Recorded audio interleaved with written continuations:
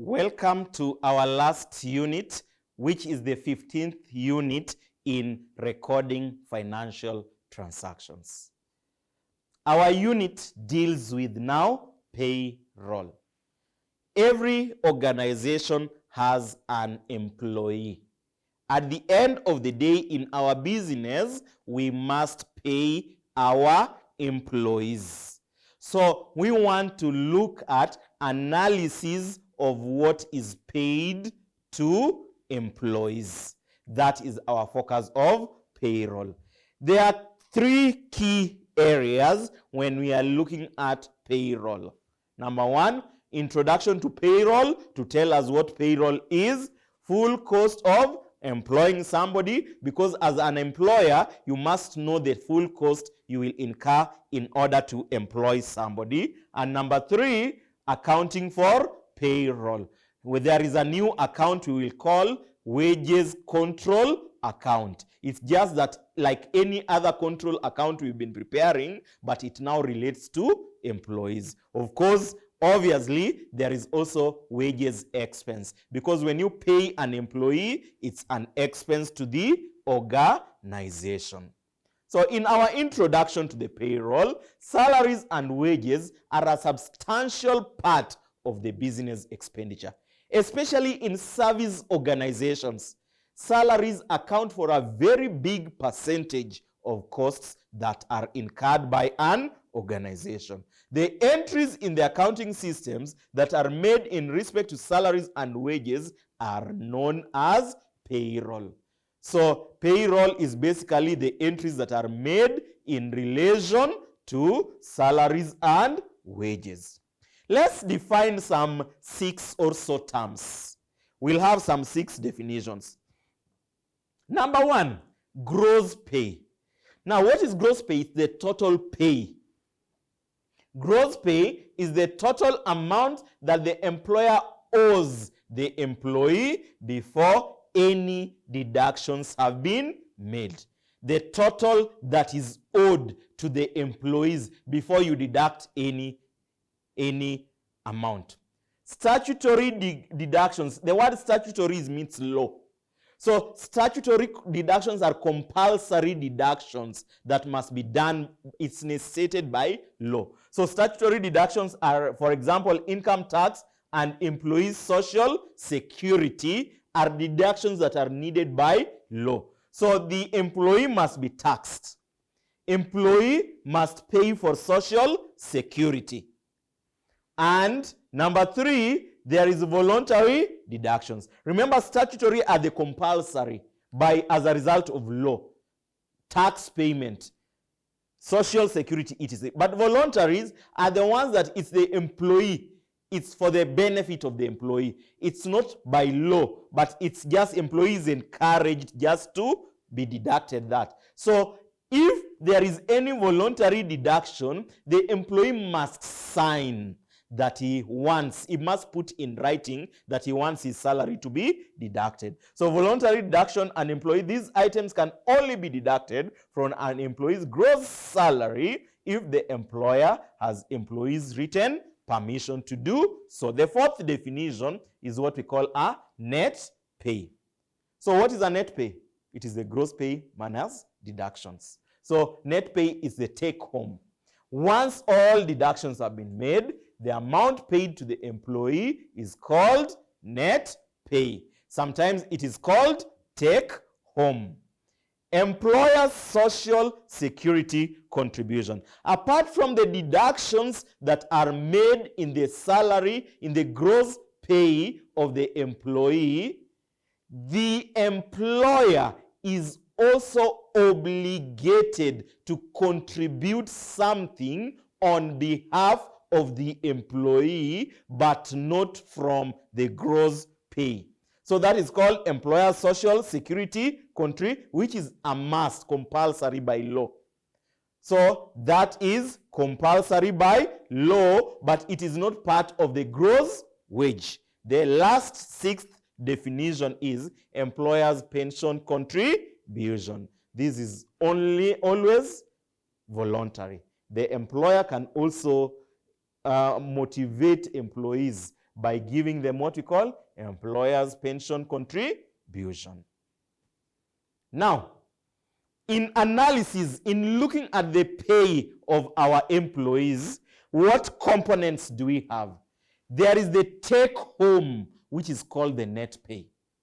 And then there is the income tax and those social contributions, social security contribution, it's added to the net pay. There is the pension paid to the pension scheme. These first three, net pay, the statutory deductions, and pensions, they constitute what is called gross pay. But we have other part of full cost, employers' social security, which is statutory, and employers' pension, which is voluntary. How do we account for the payroll? Just like any other transaction in the business, payroll also has a double entry. The only difference that there is a new accounts we introduce when accounting for payroll. And the new account we are introducing is called wages control account. Wages control accounts. Some new definitions that we have related to the payroll. Now, new accounts, not definitions. So, wages control account, this is like any other control account and helps to ensure that double entry is made what? Correctly. Just like any other control, receivables control, bank reconciliation, etc. Wages expense, it's an expense. Remember, when expenses increase, we debit. When expenses decrease, we credit. So wages expense, this is an expense that shows the total cost to the business of employing someone. Income tax, remember, it's statutory. This is a liability. Income tax is a liability. This liability account shows the amount of income tax and social security contributions owed to the tax what? Authority. Pension is also, this is a liability to the business, of course, and shows the amount of pension that must be paid over the pension scheme. When the employee retires, he should have something. So let's look at examples of double entry in accounting for a payroll. We look at around 6 to 8 double entries. Number one, okay, before we go to number one, note that there may be other payables accounts if further voluntary deductions are made. We can have even other, every organization can have extra deductions that we have, which may increase the number of double entries. So for the gross pay, how do we account for the double entry? Remember, double entry principle tells us for every transaction, there is a debit and credit entry. Also in payroll, for every payroll transaction, there is a debit and there is a credit. So in this case, account name for gross pay, debit wages expense with a gross pay. Why do we debit? Because an expense is debited, and credit wages control. With the net pay, debit now the wages control account that was credited, and you credit what? Bank. Because the net pay is take home. What leaves the employer and goes to the employee. You remove it from the bank and you take it to a labor account, or what we call wages control account. For the income tax, in this case, income tax and employers' social, and employees, not employers. So in employees, you will credit income tax. Why do we credit income tax? Because it's deducted from the employee, not the employer. So debit, wages control, and credit, income tax. Finally, employees' pension contribution. It's also the same. Credit, pension, control. The last sets of double entries. Employers' social security contribution. Employers. You debit now wages, expense, and credit that. Employers' social, the same way. Social security. Debit, wages control, credit, income tax, because it's a form of taxation. Employers' pension contribution, are recorded as employer's pension. So it's an expense and credit wages control. And then employer's pension contribution is transferred to the pension account. Debit wages control and credit pension.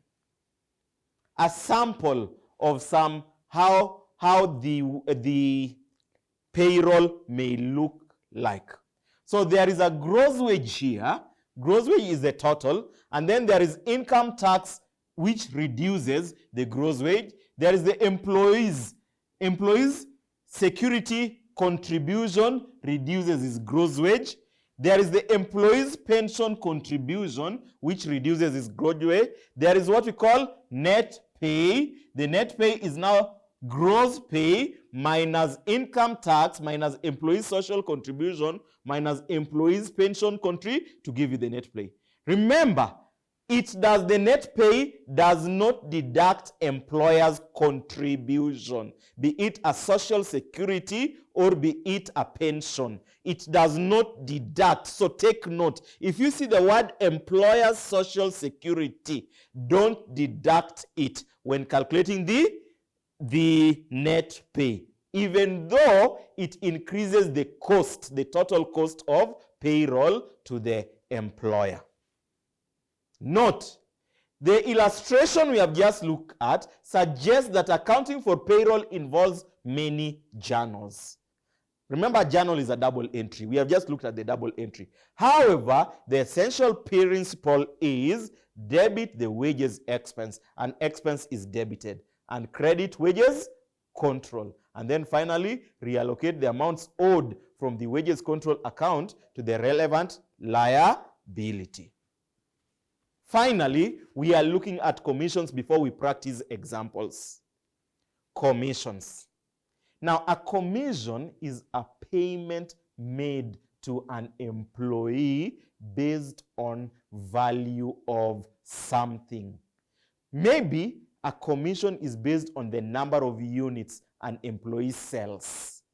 So the more you sell, the more money you receive. As well as receiving a fixed salary, employee may be paid a commission. Commissions are usually based on sales achieved.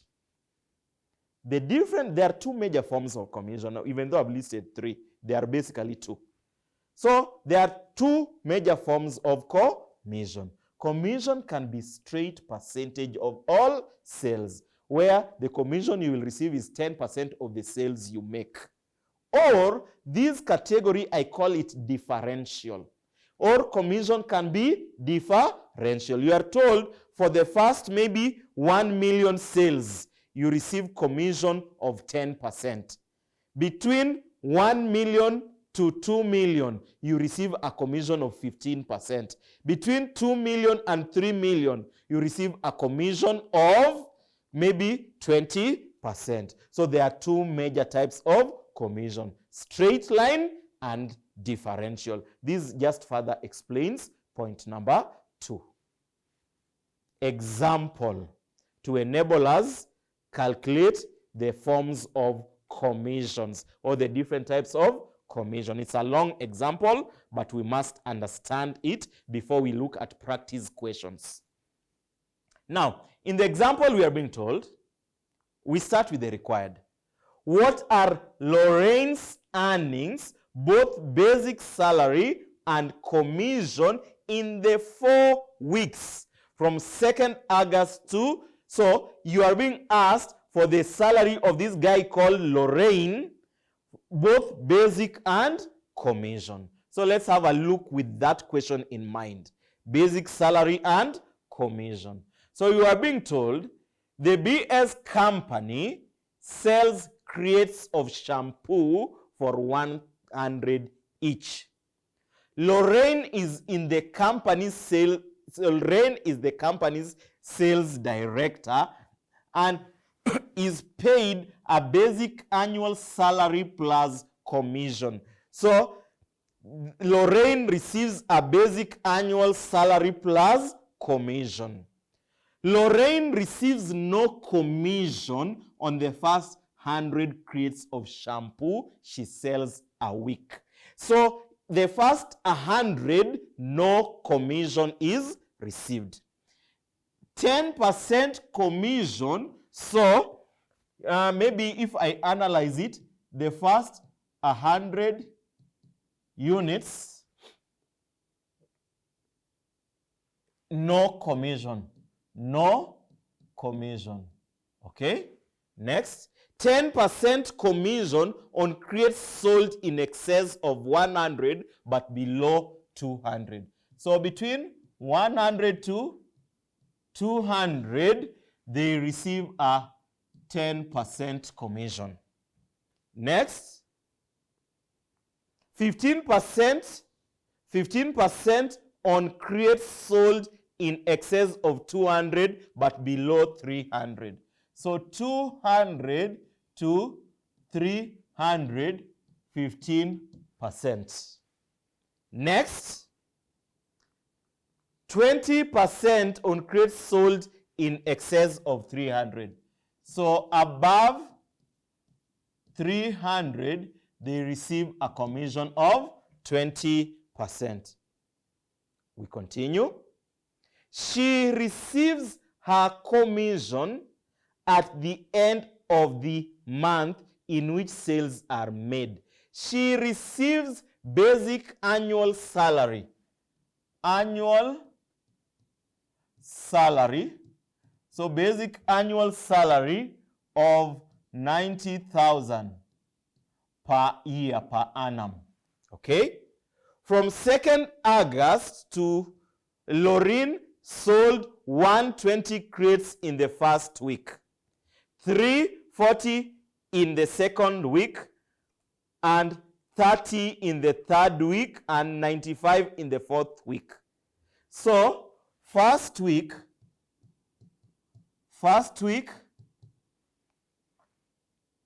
120 crates.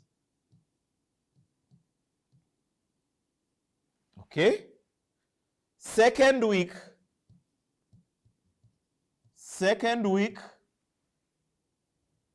340 crates. Okay, next, week 3, 30 crates.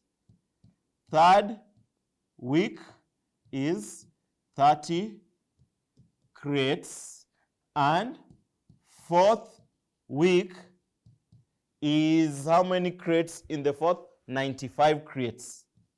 95 crates. Okay. Next, she made no sales on 1st August and 30th August. Required, what is the total pay? So that is the breakdown of our analysis of Lorraine. So number one, to get the total pay, number one, there is the basic pay. So our basic pay is 90, remember, for 4 weeks. 4 weeks is 1 month. So the basic pay is 90, where is it? 90 per annum. So you will take 90, you divide by 12 months to give you per month.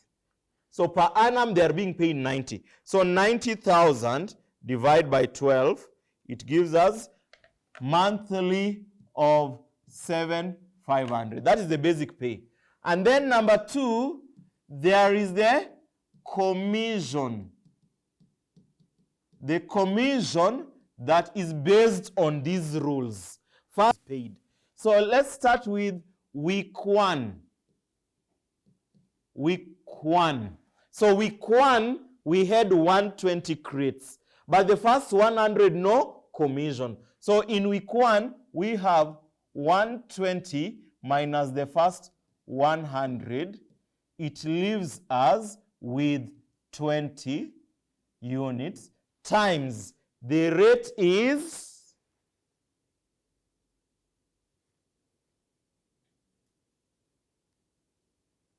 here I'm looking for the rate. The commission is 10% for anything above 100, 10%. So I'm just trying to look at the units. Those are the units each. Crates of shampoo for 100 each. So this will be 20 times The percentage is 10% times the rate of 100. So that gives us 20 times 10 is 2. 2 times this, it gives us 200, week 1. Let's go to week, is it 200? Let me just confirm. Yeah, 200. Let's go to week 2. Week 2, what did we have? 340 units. 340 units, the first 100, it is 0. The second 100, that is between 100 and 200, it will be 100 times 10%, of course, times the rate of that. So that is 10 times that is 1,000. Is it 1,000? Yes, 1,000. Next is, we are still in the second week. The third is the next. So it was a total of week 2. Week 2 is a total of 340. Take note, 340. We have taken the first 100, which is 0. The next 100, which is at 100. There is the next 100 to make it 300. 100. So that will give you 100 times 15%. Was it 15? Yes, 15%. Of course, times the rate. So that is 15 times 100 is 1,500. And then the last, the fourth, above, so we have 340 there. The last one is 40. So it will be 40 times 20% times the rate of 100. That will give us, this will be 800. That is week 2. So remember, this is week 2. Okay? Week 3. Week 3, they produce 30 crates. 30 crates are below 100. No commission. No commission for 30. No commission for 30. So it is 0.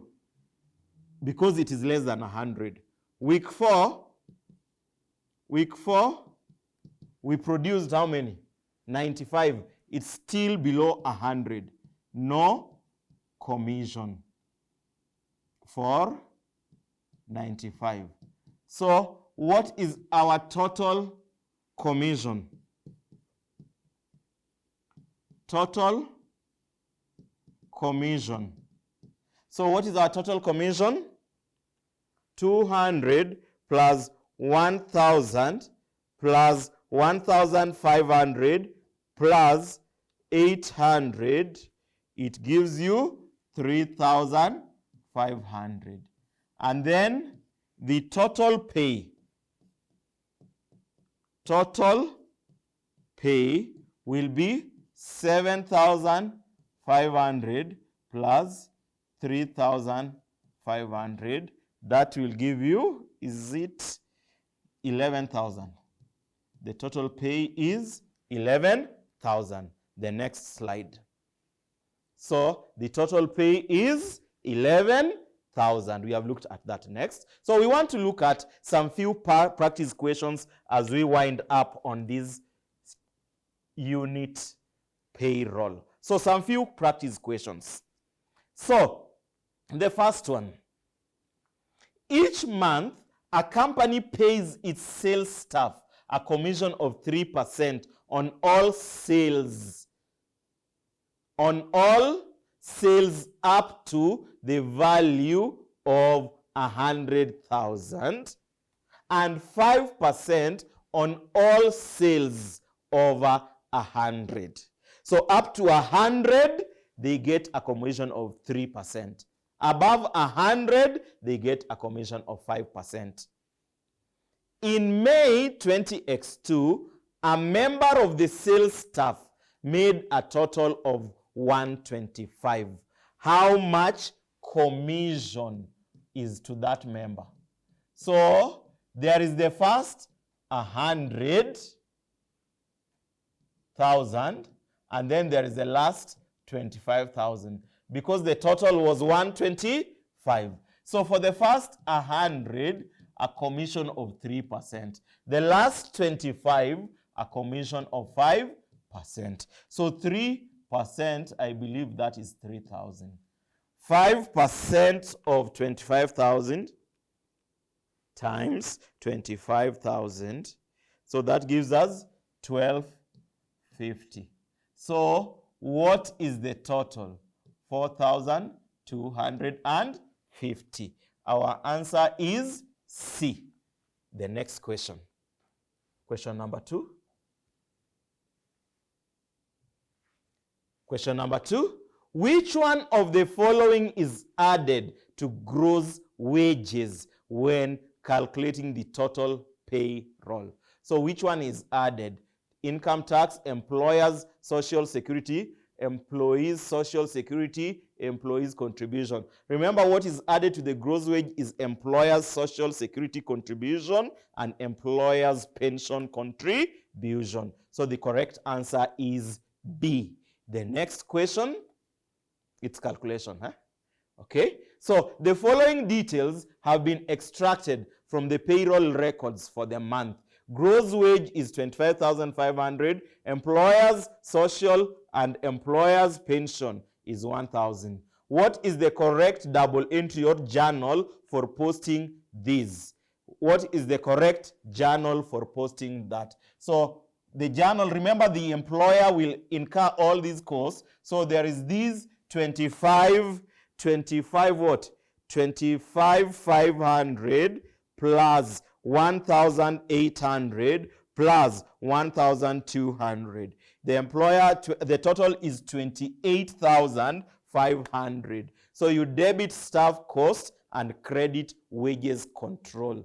Debit staff cost and credit wages control with how much? 28,500. So the correct answer is A. The next question, number 4. Sarah's gross annual, remember the keyword there is annual. Sarah's gross annual salary is 240,000.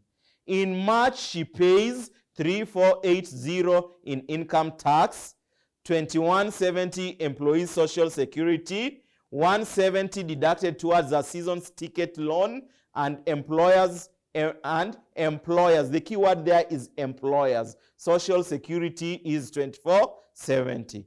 How much does Sarah take home in the month of March? So there is the gross of Sarah is 240,000, but that is per annum. You divide by 12. So I'll take 240,000 divide by 12 to get the monthly. So the gross is 20,000, and then she pays income tax. Income tax. So the income tax is how much? Income tax. She pays income tax of 3480. 3480. Next, 20. So employee social security is 2170. 2170. 170 deducted to a season ticket. Season ticket. 120 is deducted towards, 170. Okay, next, and employers. Employers is not included. Employers is not included in the take home. So 20,000 minus 3480 minus 2170 minus 170. It gives you 14,180. Answer is C. The next question, question number 5. John receives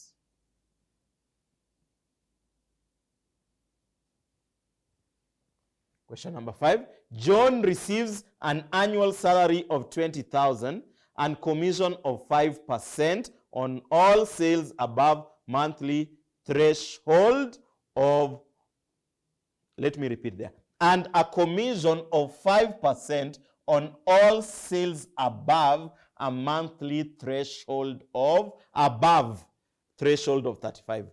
In September, sales invoiced amounted to 43,000.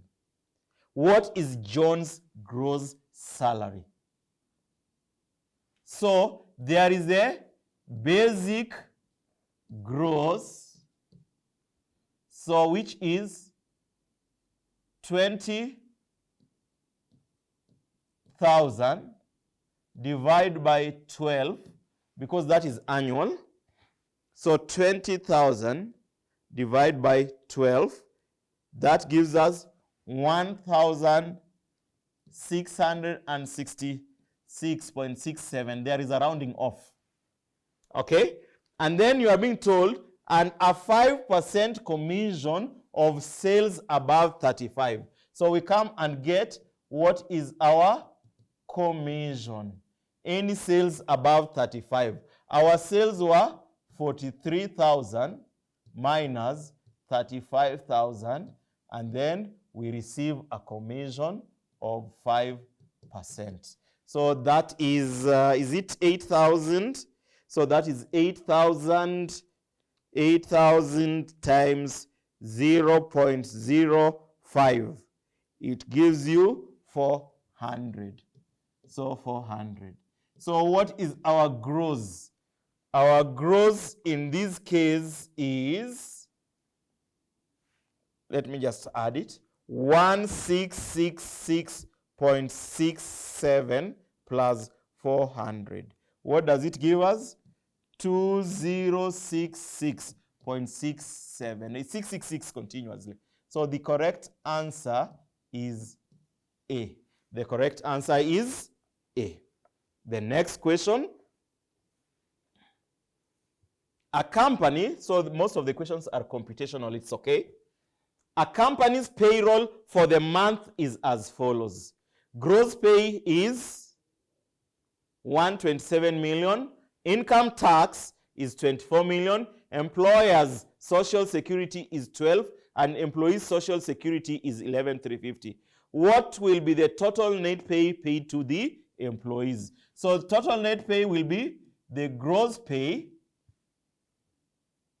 is 127,500,000 less income tax.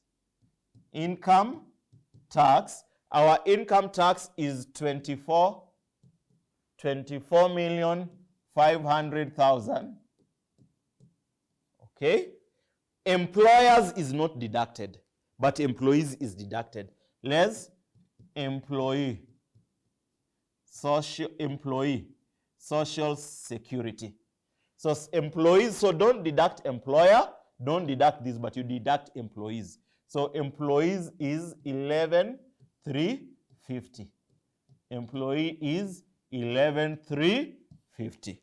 11,350. So we have 127,500 minus 24,500 minus 11,350.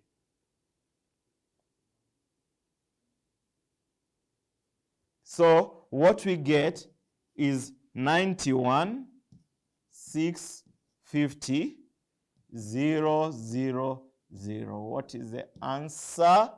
A. Our answer is A. Next. Which one of the following is not, I believe this should be the last or second last example. Which one of the following is not deducted from salaries? Which one is not? Income tax is deducted. Employers is not deducted. Employees' social is deducted. Employee contribution to pension is deducted. So employers is not deducted. Answer is B. Let's see if there is any, or we are at the end. That brings us to the end of the topic payroll. Remember, as we wind up on payroll, gross wage minus income tax minus employees' social contribution, which may still be part, minus employees' pension. That gives you net pay. What is not deducted is any contribution by the employer. Thank you, and that brings us to the end of all the 15 units we covered in recording financial transactions. Remember, we covered a total of 15 topics, and we looked at practice questions in each of the 15 topics. That brings us to the end of recording financial transactions. Thank you.